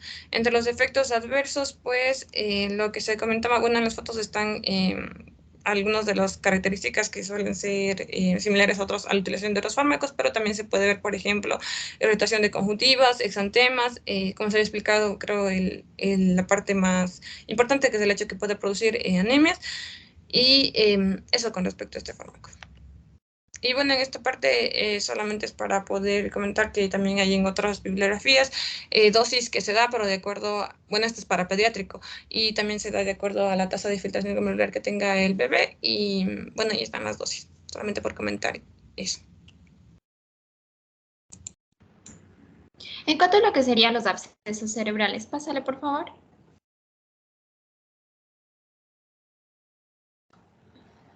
Ya. La selección razonada de medicamentos, pásale por favor. Ya, en cuanto a la definición del problema, vamos a ver primero qué son los abscesos cerebrales. A estos se los denomina como colecciones infecciosas focales dentro del parénquima cerebral. Estos pueden surgir como complicación de otras infecciones o por traumatismos e inclusive también por cirugías. Pásale por favor. En cuanto a su epidemiología, decimos que en Occidente la incidencia de abscesos cerebrales es de aproximadamente 1.500 a 2.500 casos por año. En cuanto a lo que sería la edad, esta se presenta con mayor frecuencia entre los 20 y 40 años. Además, este también tiene mayor frecuencia en lo que serían los hombres, con una relación de 2 a 1.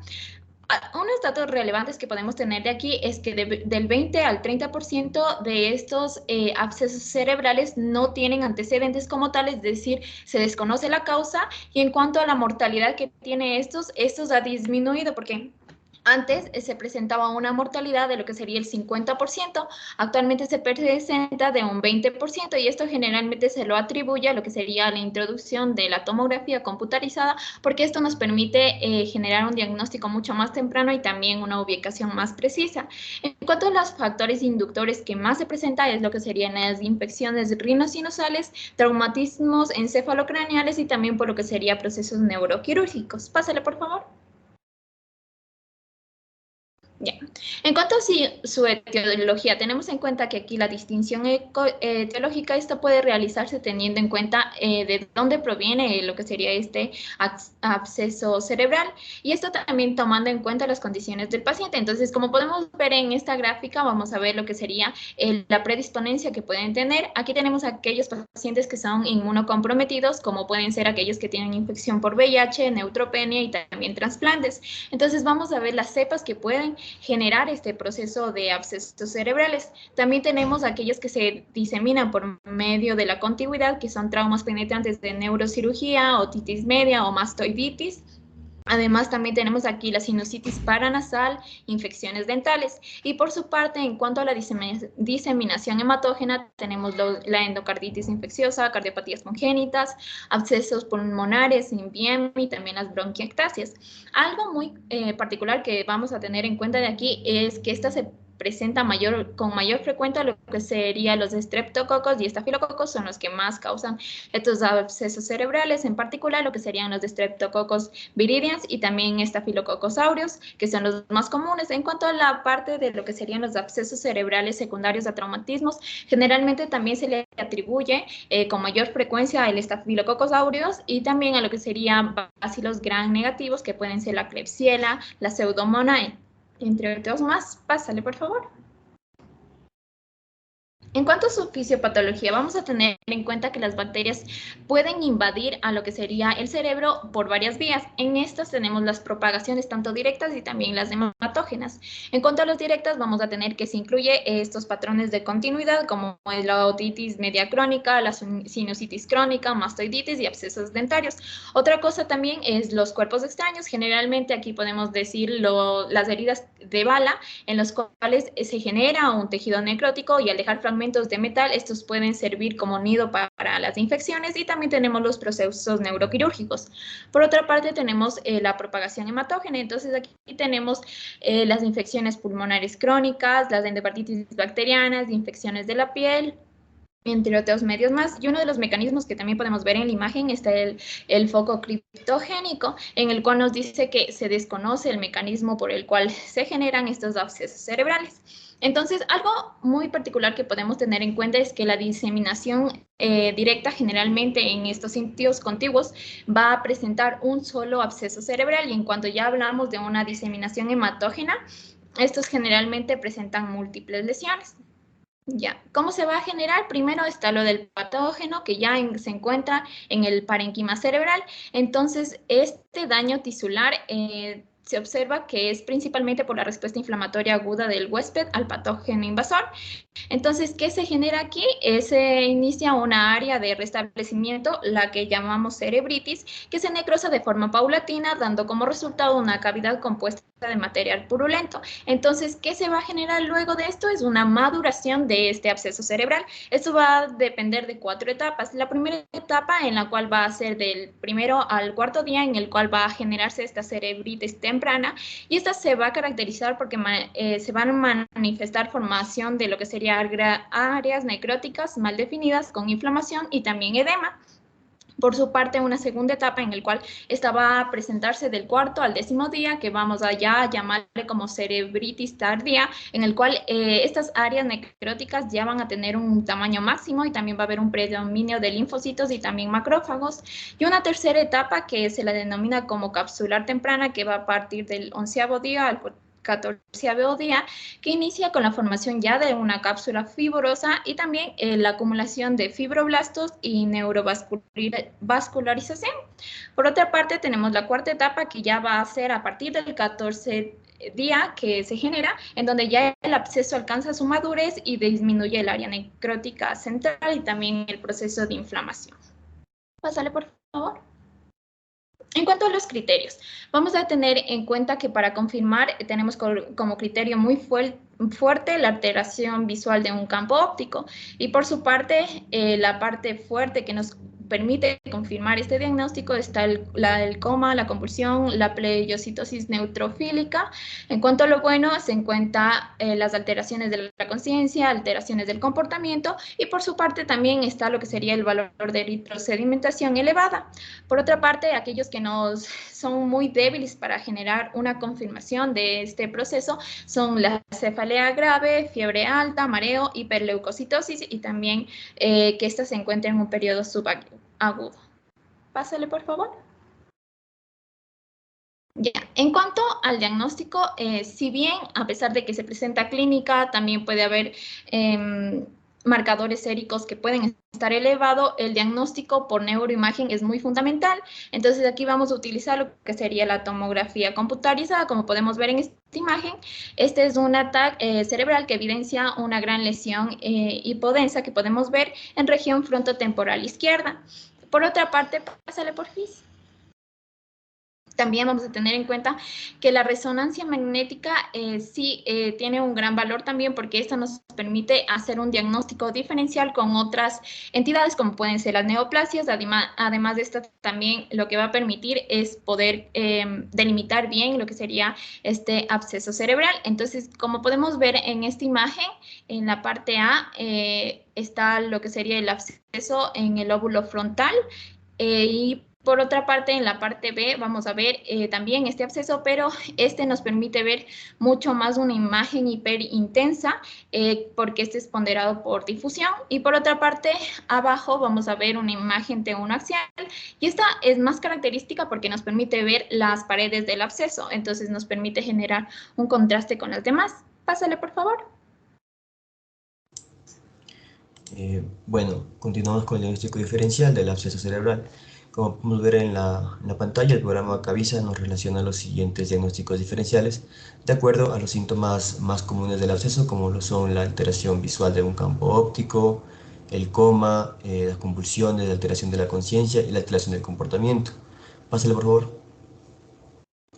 Ya, entre estos diagnósticos diferenciales se encuentra la cistocircosis, que es una infección parasitaria de los tejidos, la cual es causada por los quistes larvarios de la tenia porcina. Estos quistes pueden llegar a infectar el cerebro, los músculos y otros tejidos. Como pueden ver en la parte inferior, coinciden en el síntoma más fuerte de confirmación, que es la alteración visual de un campo óptico, y también coinciden en otros síntomas como el coma, las convulsiones, la cefalea grave, la alteración de la conciencia, alteración del comportamiento. Sin embargo, se diferencia en que la cisticercosis va acompañado de dolor muscular, eosinofilia y la presencia de la tenia en las heces. Pásale, por favor. Ya, otro de los diagnósticos diferenciales es el hematoma, ya sea epi o subdural. Estos son producidos por lesiones en los vasos sanguíneos del cerebro debido a un trauma. Si es que la sangre se acumula por encima de la dura madre, es epidural, y si se acumula por debajo de la dura madre, es subdural. En este caso, haciendo la comparación en Cavisa, podemos ver que se diferencia el hematoma del absceso, porque el hematoma tiene una historia de trauma y también suele ir acompañado de bradicardia, inestabilidad unilateral y también de parálisis unilateral. Pásale, por favor. Pásale. Bueno, en cuanto a los objetivos terapéuticos que hemos planteado, se encuentra determinar y erradicar la agente causal del absceso cerebral, también aliviar la sintomatología del paciente, evitar complicaciones agudas de la enfermedad como la hipertensión y evitar en lo posible las secuelas neurológicas. Pásale, por favor. Ya, respecto a la evidencia, este artículo es una revisión de la literatura que fue publicado en el 2021. Tiene como objetivo revisar los conceptos de epidemiología, etiología, fisiopatología, diagnóstico, tratamiento e incluso complicaciones del absceso cerebral según la evidencia actual. Según la metodología que se usó, se realizó una búsqueda en diferentes bases de datos como PubMed, Medline, Science Direct, entre otras. Pásale, por favor. Ya, respecto al tratamiento, este nos menciona que la terapia antimicrobiana debe iniciarse cuando se sospecha clínicamente de un absceso cerebral, por los síntomas que ya les mencioné anteriormente, pero se debe tener en cuenta que más del 25% de estos casos de absceso son de etiología polimicrobiana, por lo que en el manejo estándar se debe cubrir tanto microorganismos gram positivos como gram negativos. Como podemos ver en esta imagen, se puede usar la ceftazidima, el metronidazol y la vancomicina. Y en pacientes que hayan sido trasplantados, el manejo estándar debe incluir un agente antimicótico, como es el voriconazol. En el caso de pacientes con VIH, se usa la ceftazidima, el metronidazol, y se añade la pirimetamina y la sulfadiazina. Y también se debe considerar el manejo para tuberculosis, porque estos pacientes están inmunodeprimidos. Sin embargo, esta terapia antibiótica se puede modificar cuando ya se haya identificado el agente en los cultivos, y también así podemos lograr una terapia más específica y más efectiva, como podemos ver en esta imagen. Para la bacteria Actinomyces se usa la penicilina G o la clindamicina. Para la Bacteroides fragilis se usa el metronidazol. En caso de Enterobacteriaceae se usa la ceftriaxona o la cefotaxime. Si es que es por Mycobacterium tuberculosis, se usa lo que ya hemos visto en las anteriores clases, la rifampicina, la isoniazida, la piracinamida y el etambutol. Y en caso de Staphylococcus aureus se puede usar la oxacilina, o si que son resistentes, la vancomicina. Y en Streptococcus se usa la penicilina G. Si es que el agente causal es un hongo, como el Aspergillus o el Pseudosporium, se usa el voriconazol. Y en caso de que sea por Candida, Cryptococcus neformans o los mucorales, se usa la anfotericina B. Y por último, el absceso cerebral también puede tener como agente etiológico los protozoos, como el Toxoplasma gondii. En este caso se usa la pirimetamina o la sulfadoxina. Respecto a la duración del tratamiento, este puede variar, ya depende del tamaño de la lesión, también del agente causal e incluso de la respuesta del paciente. Sin embargo, la terapia antibiótica suele ser de 6 a 8 semanas. Pásale, por favor. Ya. Bueno, también es importante conocer que se puede dar un tratamiento empírico dependiendo de la enfermedad predisponente. Como podemos ver en esta imagen, en caso de que sea una otitis media o una sinusitis, se debe iniciar un manejo antibiótico con metronidazol más una cefalosporina de tercera generación, como puede ser la ceftriaxona. Si la enfermedad predisponente es una infección dental, se debe usar la penicilina más metronidazol. En caso de que sea un traumatismo penetrante, se usa la vancomicina más una cefalosporina de tercera o cuarta generación. Si es que es una endocarditis bacteriana, como ya sabemos, el agente etiológico puede ser un Staphylococcus aureus o un Streptococcus, por lo que se usa vancomicina más gentamicina. Y en el caso de cardiopatía congénita, el agente etiológico puede ser un Streptococcus o el Haemophilus, y aquí se usa una cefalosporina de tercera generación. Pásale, por favor. Continuando con la selección de grupos farmacológicos, pásale por favor, tenemos dentro de la revisión de los mismos, primero las cefalosporinas de tercera generación. Dentro de su perfil farmacológico, estos fármacos por vía intravenosa alcanzan buenas concentraciones en el líquido cefalorraquídeo. Generalmente estos no tienen metabolitos activos y todos se excretan por vía renal, a excepción de la cefoperazona y la ceftriaxona, que su excreción es a nivel biliar. La farmacodinamia es que son antibióticos bactericidas e interfieren en la síntesis del componente peptidoglucano de la pared celular bacteriana a través de la unión a la proteína fijadora de penicilinas, es decir, las PBP. Su eficacia tienen actividad contra estafilococos y la mayoría también inhiben a los estreptococos, a excepción de la ceftazidima. La ceftriaxona, cefotaxima y ceftoralina tienen una actividad antineumocócica. Tienen también una amplia actividad contra microorganismos gram negativos y son más activas también contra Serratia marcensis, Providencia, Haemophilus y Neisseria. Y una característica es que la ceftadicina se diferencia de los otros, ya que es activa también contra Pseudomonas aeruginosa. Dentro de su seguridad, entre los efectos adversos se encuentran flebitis y dolor en el lugar de inyección, pueden producir exantemas urticantes o fiebre medicamentosa, náuseas, vómitos y diarrea, y en ciertos casos podría llegarse a producir una colitis de tipo pseudomembranosa. Dentro de las contraindicaciones tenemos la hipersensibilidad al fármaco como tal, y también se menciona que puede existir cierto grado de sensibilidad cruzada con las penicilinas. Dentro de sus interacciones, estas tienen pocas interacciones medicamentosas. Sin embargo, el uso concomitante de estos fármacos con aminoglucósidos podría potenciar su efecto nefrotóxico, y también se ha reportado que tienen una reacción de tipo de sulfirán, pero esto únicamente con la ceftriaxona. Pásale, por favor. Ahora, continuando con los glucopéptidos, tenemos de la vancomicina. Tiene una absorción intestinal escasa, por lo cual debe administrarse por vía parenteral. Se distribuye en la mayoría de tejidos y líquidos corporales y penetra en meninges inflamadas. Incluso, sin embargo, en el artículo consultado menciona que incluso en presencia de inflamación meningia, la concentración de este fármaco puede llegar a ser baja en líquido cefalorraquídeo. Se excreta en la orina, su semivida es de 6 horas, pero puede aumentar esta semivida en pacientes con insuficiencia renal. Su farmacodinamias, que son bactericidas, inhiben la síntesis de la pared celular, son activos especialmente contra bacterias gram positivas, incluyendo los Bacillus, Clostridium y Corynebacterium. Es también activa contra el Epidermidis, SARM, y también contra el Pneumococcus, y resistente a penicilinas. Dentro de su seguridad, tenemos que puede producir ototoxicidad, hipotensión, síndrome del hombre rojo, disnea, estridor, exantema, prurito e urticaria.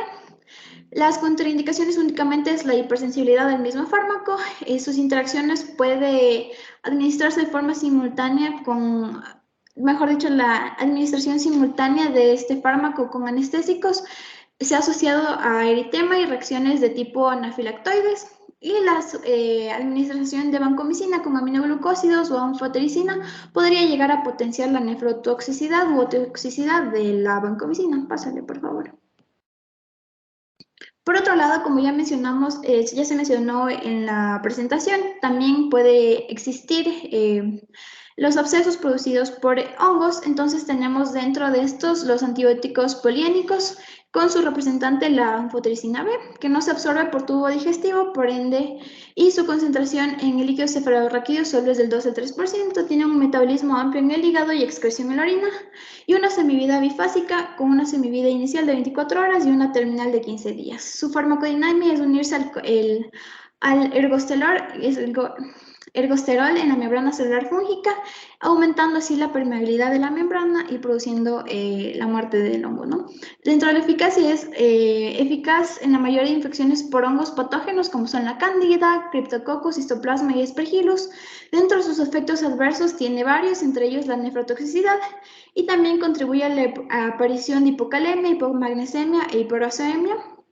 Dentro de las interacciones, es especialmente con otras medicaciones también nefrotóxicas, como por ejemplo el cisplatino, los aminoglucósidos, la ciclosporina, las cuales pueden aumentar dicho potencial nefrotóxico, y se ha documentado que los corticosteroides y la hormona corticotropina podrían potenciar su efecto adverso de hipocalemia. Pásale, por favor. Por otro lado, dentro de los antifúngicos tenemos al voriconazol, que se absorbe de forma rápida y casi completamente tras administración oral. Su biodisponibilidad es del 96%. Se alcanzan concentraciones en el líquido cefalorraquídeo cercanas al 50%. Tiene un metabolismo hepático, tiene una semivida de aproximadamente 6 horas. Dentro de su farmacodinámica, este inhiba la desmetilación del alfa-14-lanosterol, lo cual constituye un paso en la biosíntesis del ergosterol fúngico. Es eficaz contra especies de cándidas y de Aspergillus. Su seguridad tiene puede producir alteraciones de la visión, pirexia, erupción cutánea, vómitos, náusea, diarrea, cefalea, entre otros. Y las interacciones, debido a que este fármaco se metaboliza por el citocromo P450, tiene una amplia gama de interacciones medicamentosas. Pásale, por favor. Entonces, dentro de la comparación de grupos farmacológicos, tanto para los antibióticos como para los antifúngicos, tenemos en los antibióticos a las cefalosporinas de tercera generación y a los glucopéptidos. Dentro del perfil farmacológico, las cefalosporinas tienen 5 de 5, ya que alcanzan concentraciones en líquido cefalorraquídeo, mientras que los glucopéptidos tienen solo 4 de 5, debido a que difunden muy poco al sistema nervioso central, a menos que las meninges estén inflamadas. Dentro de la eficacia tienen ambos 5 de 5, en seguridad 4 de 5 para las cefalosporinas y para los glucopéptidos debido a los posibles efectos adversos ya mencionados, y finalmente la conveniencia 5 para las cefalosporinas dado que tienen pocas interacciones medicamentosas, y 4 para los glucopéptidos ya que el uso concomitante con otros medicamentos podría potenciar la nefrotoxicidad u toxicidad. Mientras que para los antifúngicos, esto se los compara a los antibióticos poliédricos y los derivados triazólicos con el voriconazol. Ambos tienen 4 de 5 en perfil farmacológico, dadas las características ya mencionadas previamente. Luego, dentro de la eficacia, los derivados triazólicos tienen 4 de 5, ya que solo actúan sobre especies de cándida y aspergillus, mientras que los poliénicos actúan sobre la mayoría de hongos patógenos, como ya mencioné, cándida, Cryptococcus, Histoplasma y aspergillus.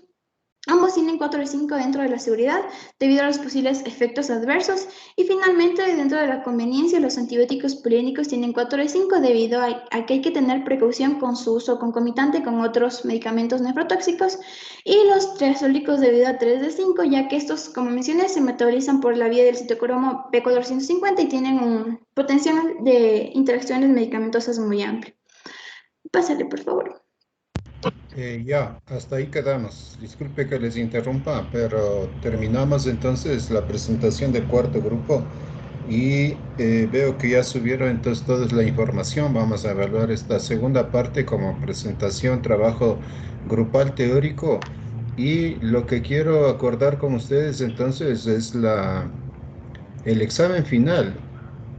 Nos enviaron la que ustedes están viendo, una programación. La carrera, pero no hay infectología. No sé si ya se desanimaron, si el trabajo que se realizó en estas horas consta ahí. En ese cuadro que ustedes ven ahí, yo no encuentro infectología. ¿Ustedes recibieron disculpe, algo de información sobre cuándo es los exámenes la próxima semana? En el cuadro que nos está indicando está para el lunes 4, Doc. de rojo, séptimo malla rediseño, porque el otro es de malla antigua. Perdón, no escucho. ¿Puede volver a repetir? ¿Todavía me escucha tal vez? Le decía que en la parte en la que está de rojo, ahí está séptimo malla rediseño y ahí se encuentra lo que es infectología, que está designado para el día lunes. Ya, gracias, Maya, rediseño, dice. Infectología. El día lunes, dice aquí. El día lunes 4 de abril. El siguiente lunes, entonces, sí, aquí está. Ay, el rojo le han puesto Maya, rediseño. Listo, entonces, el día lunes, ¿a qué hora? Yo preferiría a las 2 de la tarde, ¿ustedes? Ya les pregunto ahorita a mis compañeros, Doc, y le mando en 30 minutos un mensaje confirmándole la hora.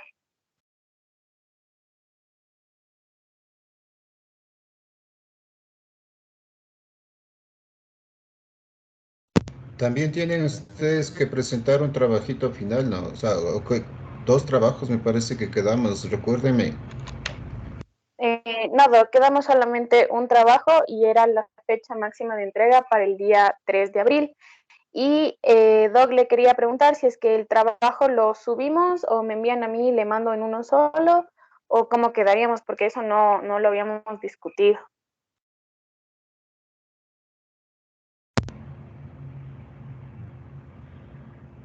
Son trabajos individuales, ¿no es cierto? Que dijimos y les enviamos ahí una lista. Si recuerdo, fue en el programa informático, lo que ustedes también están utilizando. Les acabo de enviar para los estudiantes que estén interesados. Es un librito introductorio a la lógica clínica, se llama, para entender un poco este programa informático del Cavisa. Que les cuento, es no solamente un curso que se realizó hace algunos años y que ahora hay tipo especialidad médica o posgrado, hay desde maestría y doctorado, les contamos, en relación a la lógica clínica para la toma de decisiones, se llama, y que parte de ese curso utiliza esta plataforma del Cavisa 67, ¿no? En Amberes, Bélgica, les cuento. O sea, es muchísimo más de lo que aquí colocamos como argumento, etcétera, ya, pero les he enviado. Yo preferiría que se lo haga un solo formato y me envíen un solo con los nombres como enviaron alguna vez. Y que le suba también, puede subirle a la plataforma aquí del Teams para que comparta como quedamos, que todos puedan hacer esto, ¿no? Ya, listo, Doc. Entonces, La última el cosa día... sería entonces, a ver, yo di tuberculosis y gastroenteritis, ¿no? Así es, Doc. Yo hablé sobre tuberculosis pulmonar sobre todo y gastroenteritis, ¿no? Sí, Doc, así es. Ya. Bueno, quedan ahí algunos temas de hepatitis y ITS, ya, pero a ver, yo diría, tomaría yo para la evaluación del lunes, la tuberculosis, la gastroenteritis bacteriana aguda, o sea, lo que expusimos, también tienen ahí, estoy mostrando la programación, terapia de gastroenteritis aguda, un documento y guías de manejo de enfermedad diarreica aguda. Esos dos sería más la guía de práctica clínica de tuberculosis y de lo que acaban de exponer, sobre todo de endocarditis, problemas de colecistitis, de meningitis y encefalitis un poquito, para así, forma gruesa, que ustedes revisen las presentaciones de sus compañeros, sobre todo, porque acabo de mirar, hay una lista enorme de artículos que acaban de colocar ahí y no es posible Ni para mí ni para ustedes, leer todo eso y decir de ahí vamos a evaluarnos. O sea, sería de las presentaciones con la revisión bibliográfica por si hay algún reclamo en alguna pregunta.